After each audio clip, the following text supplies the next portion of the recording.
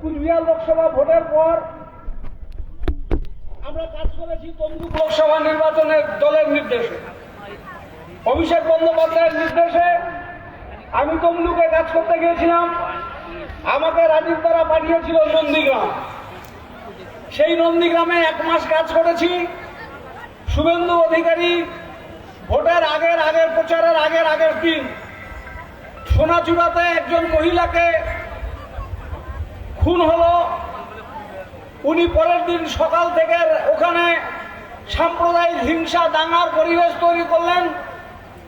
তথাপি আমি বলতে পারি তমলুক লোকসভা নির্বাচনে যেখানে দেবাংশু প্রার্থী হয়েছিল, রাজীব তো অবজারভার ছিল, একটা মাত্র ব্লকে তৃণমূল কংগ্রেস এই লোকসভাতে জয়ী হয়েছে, সেটা নন্দীগ্রাম 1-এ, সেটার বিধায়ক শুভেন্দু অধিকারী। আমি সকলকে আগে প্রথমে যে বিজয়া সম্মেলনীতে আমরা সমবেত হলাম, এই বিজয় সংস্কার এবং সংস্কৃতি। হিন্দুদের দুর্গাপূজা আর হিন্দুর মধ্যে থাকেনি। আজকে এই দুর্গাপূজা বিশ্ব বরেণ্য ইন্টেলিজেবল কালচারাল হেরিটেজের পুরস্কার পেয়েছি, আমরা স্বীকৃতি পেয়েছি। কারণ এই দুর্গা উৎসবকে কেন্দ্র করে সমস্ত জাতি ভাষাভাষীর মানুষ আমরা আনন্দ উপভোগ করি, আমরা আনন্দে থাকি, স্বাচ্ছন্দ্যে থাকি, সর্বধর্মের মানুষ একসাথে থাকি। এই একাত্মবোধ যাদের হিংসার কারণ হয়েছে, তারা বাংলার বিরুদ্ধে বাংলার বাইরে থেকে ফুঁচি দিচ্ছে, বাংলাকে বারংবার ডিস্টার্ব করছে। প্রত্যেকটা নির্বাচনের আগে পশ্চিম বাংলার বদলের নামে এখানে ঝড় তুলে সাম্প্রদায়িক হিংসা তৈরি করে দিচ্ছে। তাদের কাছে বাঙালির সমস্ত উৎসবে তারা এসে হিন্দু আর মুসলমান করতে আসে। আমরা দেখেছি প্রত্যেকটা বিজয়া সম্মেলনীতে আমরা হিন্দু মুসলিম সমস্ত ধর্মের মানুষ একসাথে মিলিত হয়ে জিলিপি খেয়েছি, আমাদের মধ্যে কোনো ভেদাভেদ থাকেনি। আমাদের ধর্ম সংস্কার কি ছিল? একে অপরের মিলন করা, আলিঙ্গন করা। কিন্তু আজকে আমরা সবাই খুব ব্যস্ত, হাতে হাতে মোবাইল ফোন। বিজয়ের প্রণাম জানানোর সময় নেই, মোবাইলে হোয়াটসঅ্যাপ করে বিজয়ের সম্মেলন জানাচ্ছি, শুভেচ্ছা জানাচ্ছি। আর ওপার থেকে বিজয়ের শুভেচ্ছা জানাবার জন্য আরেকজন যে একটা শুভেচ্ছা কথাটা লিখবে, সেটা লিখারও সময় নেই। পারলে একটা মোবাইলে স্টিকার বা একটা ফটো পাঠিয়ে দিয়ে বিজয়ের প্রণাম সেরে দিল। আমাদের মাননীয় নেত্রী মনে করেছেন যে বিজয়ের সম্মেলনী হওয়া উচিত, একটা মাঠে অন্তত সকলে মিলে একত্রিত হই। আমি আলবাত বলতে পারি, আজকে যারা এই সভাস্থলে এসেছি, যারা আমরা তৃণমূল কংগ্রেস করি, আমরা একটা পরিবার, আমরা একটা পরিবারের ছাতার নিচে আছি, একে অপরের আত্মীয়। বাড়ির ভাই যদি তৃণমূলের বিরুদ্ধে যায়, অনেক ভাইয়েরা আছেন নিজের মায়ের পেটের ভাইয়ের সঙ্গ না দিয়ে পাড়ের তৃণমূল কংগ্রেস কর্মীটাকে সঙ্গ দিয়েছেন। এরকম নিদান বহু আছে আমাদের গ্রাম বাংলায়। তাই আমরা যারা তৃণমূল কংগ্রেস করি, এই মাঠে যারা সমবেত হয়েছি, আমরা একটা পরিবারের অঙ্গ। আমাদের সকলের টাইটেল একটাই, আমরা মমতা বন্দ্যোপাধ্যায়ের সৈনিক। তাই নিয়ে আমরা লড়াই করছি। তার জন্য আমরা বিজয় সম্মেলনীতে আজকে সমবেত হয়েছি। কথিত আছে 80 রকম রামায়ণে এক রামায়ণেও কথিত আছে, বাল্মীকির রামায়ণেও আছে যে ভগবান রামচন্দ্র যাকে ব্রহ্মা বলেছিল তুমি অকাল বোধন করো, নইলে দুর্গাকে যদি খুশি না করতে পারো রাবণকে বধ করা যাবে না। রাবণকে বধ না করলে সীতাকে উদ্ধার করা যাবে না। তাই রাবণকে বধ করার জন্য দেবী দুর্গার আরাধনা করলেন, সেটা হচ্ছে অকাল বোধন। কারণ রামচন্দ্র বললেন দেবী দুর্গার পূজা তো হয় বসন্তকালে বাসন্তী রূপে। আজকে তো আশ্বিন মাস, এই আশ্বিনে, শরতের আশ্বিনে কি করে দেবী আমায় সাড়া দেবেন? বলছে মন থেকে ডাকো। ব্রহ্মা বলছে দুর্গা আসবে। পার্বতী রূপে দুর্গা এসে প্রণাম নিল, পুজো নিল রামচন্দ্রের। আর রামচন্দ্রের পুজোর গল্প তো সকলেই জানেন। 108 ফুলে আহুতি দিতে হবে। 107টা পদ্ম ফুলের আহুতি দিয়েছেন সঙ্গীতে, আর একটা পদ্ম ফুল পাচ্ছে না রামচন্দ্র খুঁজে। রাম দেখলো পূজা তো বন্ধ হয়ে যাবে, পুজো যদি বন্ধ হয়ে যায় দেবী দুর্গার আশীর্বাদ পাবো না, আর সীতাকে উদ্ধার করা যাবে না। তখন দুর্গা বলছে তোমার চোখটা পদ্ম ফুলের মতো। তখন রাম নিজের তীর দিয়ে নিজের চোখ তুলে এনে উনি দুর্গাকে আহুতি দিতে চেষ্টা করলেন। তখন দেবী দুর্গা তাকে আটকালো, বলছে দাঁড়াও, আমি তোমার পরীক্ষা নিচ্ছিলাম, তুমি কতখানি মন থেকে দেবীকে ডেকেছ। পাড়ায় পাড়ায় রাস্তায় রাস্তায় আজকে জয় শ্রীরাম শুনি, মিছিলে মিটিংয়ে জয় শ্রীরাম শুনি, কিন্তু রামকে কে মন থেকে ডেকেছেন কতখানি? তার পরীক্ষা যেদিন রামচন্দ্র নেবেন, সেদিন পরীক্ষায় পাশ করবেন কিনা সেদিন আপনারা বিচার করে নেবেন। ধর্মে ধর্মে বিভাজন লাগাচ্ছেন, সাম্প্রদায়িক হিংসা লাগাচ্ছেন, আপনার পূজা গ্রহণ করবে কিনা জানি না। ঘরের মাকে অসম্মান করছেন, জ্যান্ত মা তাকে নিয়ে বৃদ্ধাশ্রমে দিচ্ছেন, ঘরের মাকে অপমান করছেন, বোনেদের শ্লীলতাহানি হচ্ছে, বধূ নির্যাতন হচ্ছে, মেয়েদের আত্মহত্যা হচ্ছে, মেয়েরা ঘরে নির্যাতিত হয়ে রক্তাক্ত হয়ে থানায় গিয়ে বিচার চাইছেন। সেই মায়েদের পূজা না করে আমরা যদি মাটির বানানো দুর্গা প্রতিমার পুজো করি, আমার পূজা দেবী দুর্গা গ্রহণ করবে না। ছিল তারপরে দাপর যুগ গেছে, ত্রেতা গেছে, এখন কলির মহাকলিতে এসে পড়েছি। এই মহাকলিতে যত বেশি ঈশ্বরের নাম ছড়াবেন, যত বেশি নাম সংকীর্তন করবেন, যত বেশি নামাজ আদা করবেন, তত বেশি ঐশ্বরিক ভাবের পরিবেশ সবদী হবে। যে নিজের ধর্ম যত মন থেকে করবেন, নিজের ধর্মগ্রন্থকে যে যত মন থেকে পাঠ করবেন, তার দ্বারা তত অন্যায় কম হবে, তার দ্বারা তত কোনো অন্যায় অধর্ম পাপ হবে না। এটাই মানব ধর্ম, এটাই মানব ধর্ম। সেই মানব ধর্ম আমরা পালন করছি। এই মানব ধর্ম পালন করতে গিয়ে আমরা দেখেছি সমস্ত ব্যভিচারের বিরুদ্ধে একটাই মানবিক নেত্রী মমতা বন্দ্যোপাধ্যায়, যিনি রাস্তায় দাঁড়িয়ে তৃণমূল কংগ্রেসের ঝান্ডা নিয়ে মামাটি মানুষের হয়ে সাম্প্রদায়িকতার বিরুদ্ধে লড়াই করেন। সব পার্টির নেতারা, ভারতবর্ষের যত পলিটিক্যাল পার্টির নেতারা সিবিআই ইডির ভয়ে, ইনকাম ট্যাক্সের ভয়ে লেজ গুটিয়ে ঘরে ঢুকে গেছে। আমি কোনো পার্টির নেতা তাদের নাম নিচ্ছি না, সিবিআই ইডির ভয়ে ঘরে ঢুকে গেছে। একমাত্র মমতা বন্দ্যোপাধ্যায়কে বিজেপি বশ করতে পারেনি। একমাত্র মমতা বন্দ্যোপাধ্যায়ের ওপরে ভারতবর্ষের সমস্ত রাজনৈতিক দল তাকিয়ে আছে। তাই যেদিন মমতা বন্দ্যোপাধ্যায় দিল্লিতে গিয়েছেন, সেদিন থেকে আরেকবার নতুন করে ইন্ডিয়া জোটের নেতারা জেগে উঠলেন, আর সেদিন থেকে আবার মানুষ এক জায়গায় এসে নতুন করে লড়াই করার শক্তি সঞ্চার করলেন।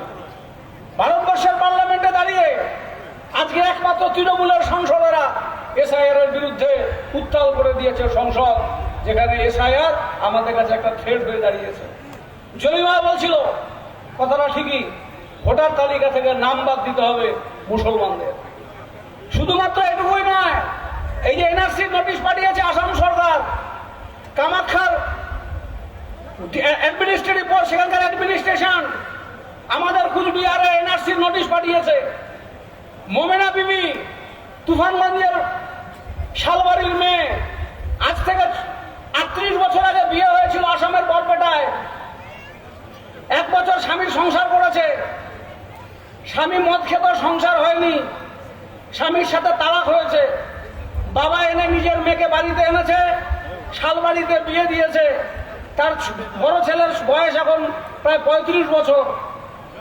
40 বছর আগে আসাম বিয়ে হয়েছিল বলে মোমেনা বিবিকে চিঠি পাঠিয়েছে আসামের সরকার যে তুমি বাংলাদেশ থেকে আসাম হয়ে কুচবিহারে গিয়ে বসে আছো, তোমাকে ডিটেনশন ক্যাম্পে পাঠানো হবে। এনআরসি নোটিশ পেয়েছে মোমেনা বিবি। রাজবংশী মানুষ যদি ভাবেন যান বাঁচা গেল, মোমেনা বিবির এনআরসি নোটিশ হয়েছে, আমার তো হয়নি, ভুল কথা। গত 21শে জুলাই মমতা বন্দ্যোপাধ্যায় শহীদ সমাবেশের মঞ্চে যাকে তুলেছিলেন, তিনি কুচবিহারের উত্তম ব্রজবাসী। যে উত্তম ব্রজবাসীকে কুচবিহারের son of the soil Koch Rajbongshi, যাকে এনআরসির নোটিশ পাঠিয়েছে হেমন্ত বিশ্ব শর্মার সরকার, যে হেমন্ত বিশ্ব শর্মা বলছে উনি আসাম হয়ে, বাংলাদেশ থেকে আসাম হয়ে কুচবিহারে গিয়ে বসে আছো, তোমাকে এনআরসির নোটিশ পাঠানো হলো, ডিটেনশন ক্যাম্পে পাঠানো হবে যদি ডকুমেন্ট এসে সাবমিট না করো আসাম সরকারের কাছে।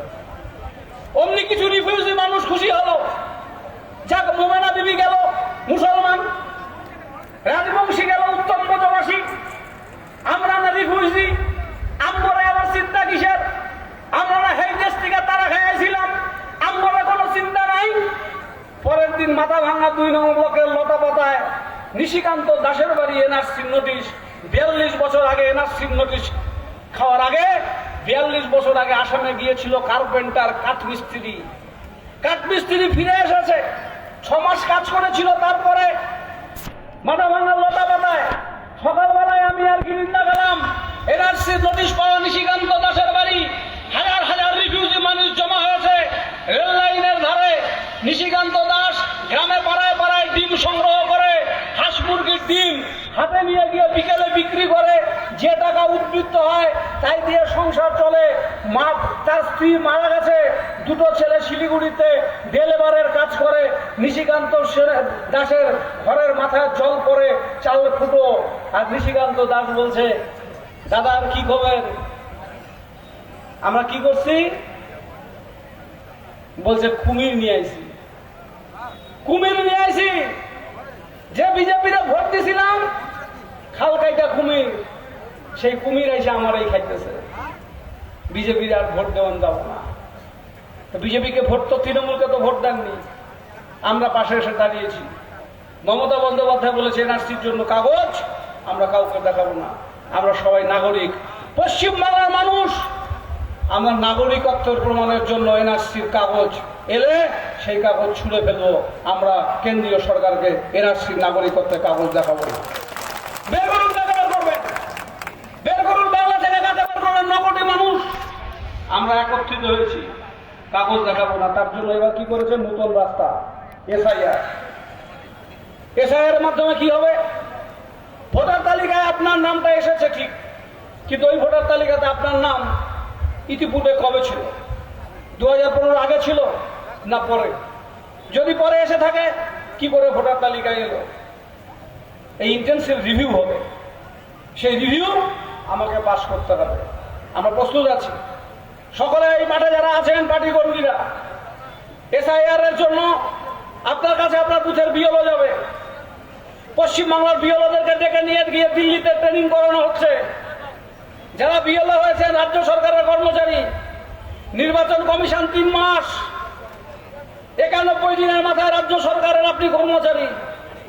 কোথাও কোনো বিএলও যদি বিচারিতা করেন, যদি কোথাও কোনো বিএলও মনে হয় বিচারিতা করার চেষ্টা করেন, পার্টিকে জানাবেন, আমরা নির্বাচন কমিশনকে কমপ্লেন করব।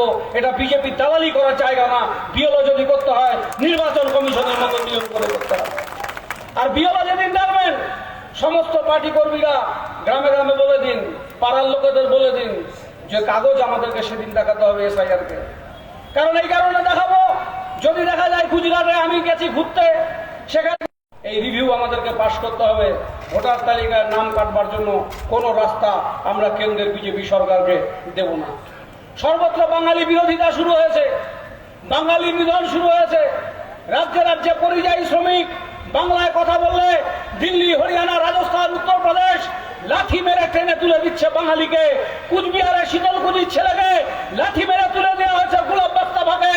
বলছে তুমি মুসলমান, তুমি বাংলায় কথা বলো, তাহলে তুমি বাংলাদেশের নাগরিক। আমরা গেলাম হসপিটালে, আইসিইউতে ভর্তি ছেলেটি, ওকে মেরে তুলে দিয়েছে দিল্লিতে। সেখান থেকে একটা জলের বোতল কেনার সাহস পাইনি, আমাকে বলেছো। তারপরে নিউ কুচবিহারে নেমে সোজা গিয়ে হাসপাতালে ভর্তি হয়েছে। তখন বলছে ডাক্তার ওর অবস্থা খুব খারাপ, ওকে ট্রমা কেয়ারে পাঠিয়ে দিন। ট্রমা কেয়ার থেকে 7 দিনের লড়াই করে ছেলেটা বাড়ি এসছে। আমরা ওকে গিয়ে বলেছি পরিযায়ী শ্রমিকের জন্য সরকার যে ব্যবস্থা নিয়েছে সেই ব্যবস্থার মধ্যে থাকো, তোমাকে বাইরে কাজে যেতে হবে না। ছেলেটা আর যায় না, শীতলকুচির গোলনাহাটির ছেলে। কি করে হবে? এই বিজেপিকে মেনে নিতে হবে। নামটা সই করতে পারতেন না যদি ঈশ্বরচন্দ্র বিদ্যাসাগর কথা না লিখাতো। তিনি বাঙালি, ঈশ্বরচন্দ্র বিদ্যাসাগর বাংলায় কথা বলতেন। কবিগুরু রবীন্দ্রনাথ ঠাকুর পরেশ অধিকারীর মতো রাজবংশী ভাষায় কথা বলতে পারেন, তিনি আমাদের মতো রিফিউজি ভাবে কথা বলতে পারেন। কিন্তু যারা পশ্চিমবাংলায় বসবাস করি আমরা বাঙালি। মমতা বন্দ্যোপাধ্যায় সব বাঙালির কথা বলেছেন, মমতা বন্দ্যোপাধ্যায় সব বাঙালির কথা বলেছেন।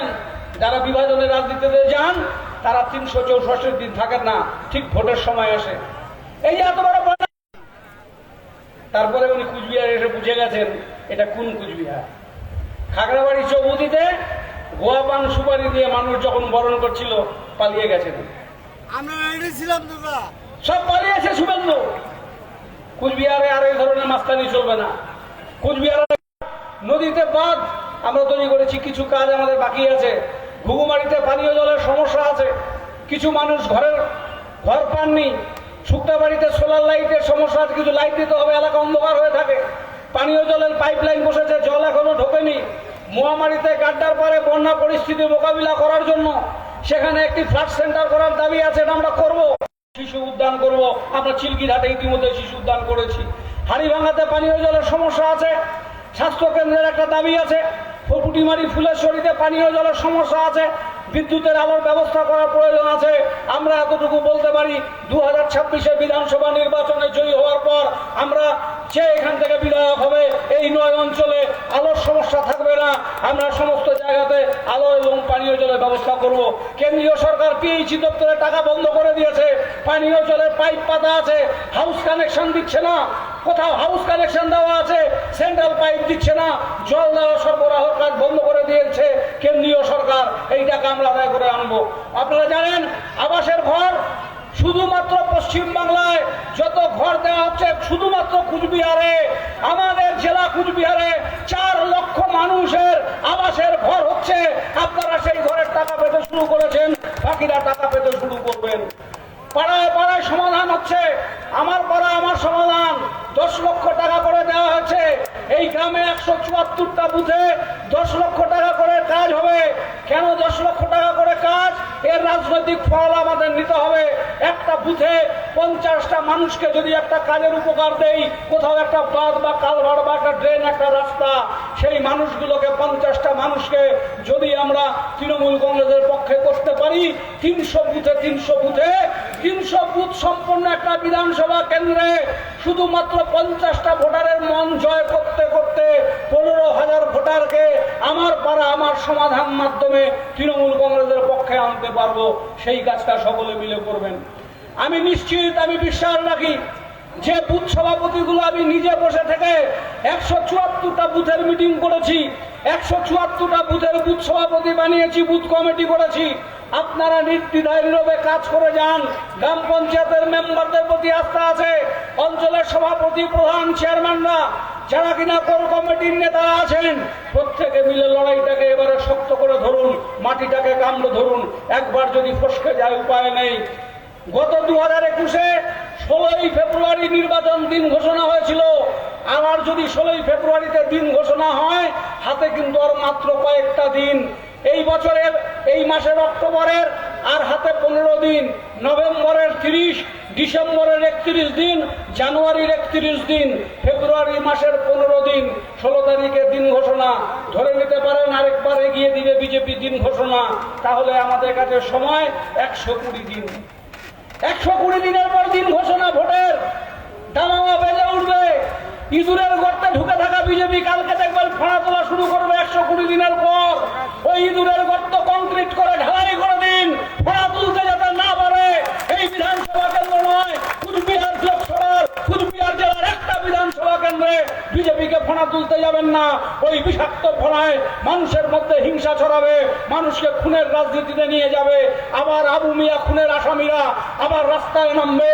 ওই হিতালদার আবু মিয়াকে যিনি খুন করে দেশের সাংসদ হয়ে মন্ত্রী হয়েছিলেন, তাদের ফোঁড়া আর তুলতে দেওয়া যাবে না। প্রত্যেককে নমস্কার, সালাম, আদাব। যারা আজকের মাঠ ভরিয়ে দিয়ে তিল তিল করে ভোট ভরিয়ে দিয়েছেন, সেই পার্টি কর্মীদের আমার প্রণাম। কেউ মাঠ থেকে উঠবেন না, আমার করজোরে অনুরোধ থাকলো। দলের পার্টির চেয়ারম্যান গিরীন্দ্রনাথ বর্মন বক্তব্য রাখবে এবং রাজ্য পার্টি যাকে পাঠিয়েছে রাজীব ব্যানার্জিকে, মমতা বন্দ্যোপাধ্যায়, অভিষেক ব্যানার্জি যাকে পাঠিয়েছেন, তার মূল্যবান কথা শুনবেন, তারপর সভাস্থল ত্যাগ করবেন। মঞ্চের পেছনে বহু মানুষ আছেন, আপনারা সামনে এগিয়ে আসুন। যারা পেছনে আছেন, সামনে অনেক চেয়ার আছে, এখন ছায়া আছে, এসে আপনারা সামনে বসুন প্লিজ। সকলে সামনে চলে আসুন, এসে সামনে বসুন। যারা পেছনে আসেন, একবার সবাই মিলে বলবেন জয় বাংলা, জয় বাংলা, জয় বাংলা। তৃণমূল কংগ্রেস, মমতা ব্যানার্জি, অভিষেক ব্যানার্জি। কেউ মাঠ ছেড়ে যাবেন না, যেখানে আছেন সেখানে বসে থাকুন। এবারে আমি বক্তব্য রাখার জন্য অনুরোধ করবো আমাদের রাজ্য পার্টির প্রেরিত দূত, আমাদের নেতা, রাজ্যের প্রাক্তন মন্ত্রী রাজীব ব্যানার্জিকে।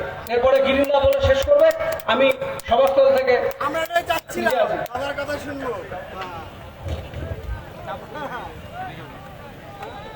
সবাই ওয়েট করছি দাদা। আজকের এই বিজয় সম্মেলনীতে একটু আগেই বক্তব্য রাখলেন আমাদের সকলের অত্যন্ত প্রিয় দক্ষ সংগঠক ভাই অভিজিৎ দেব ভৌমিক, ইবিদা নামেই পরিচিত।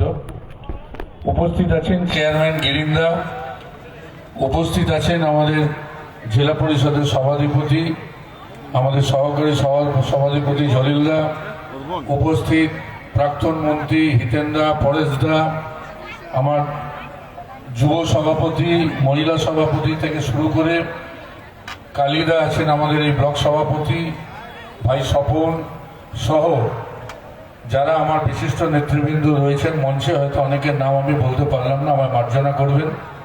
সামনে উপস্থিত আমার সকল শ্রদ্ধা মা, দিদি ভাই, বন্ধু, সাথী, মুরব্বীরা যে যেখানে আছেন, আমি আপনাদের প্রত্যেককে জানাই আমার অন্তরের কৃতজ্ঞতা, নমস্কার, শুভেচ্ছা, অভিনন্দন এবং সালাম।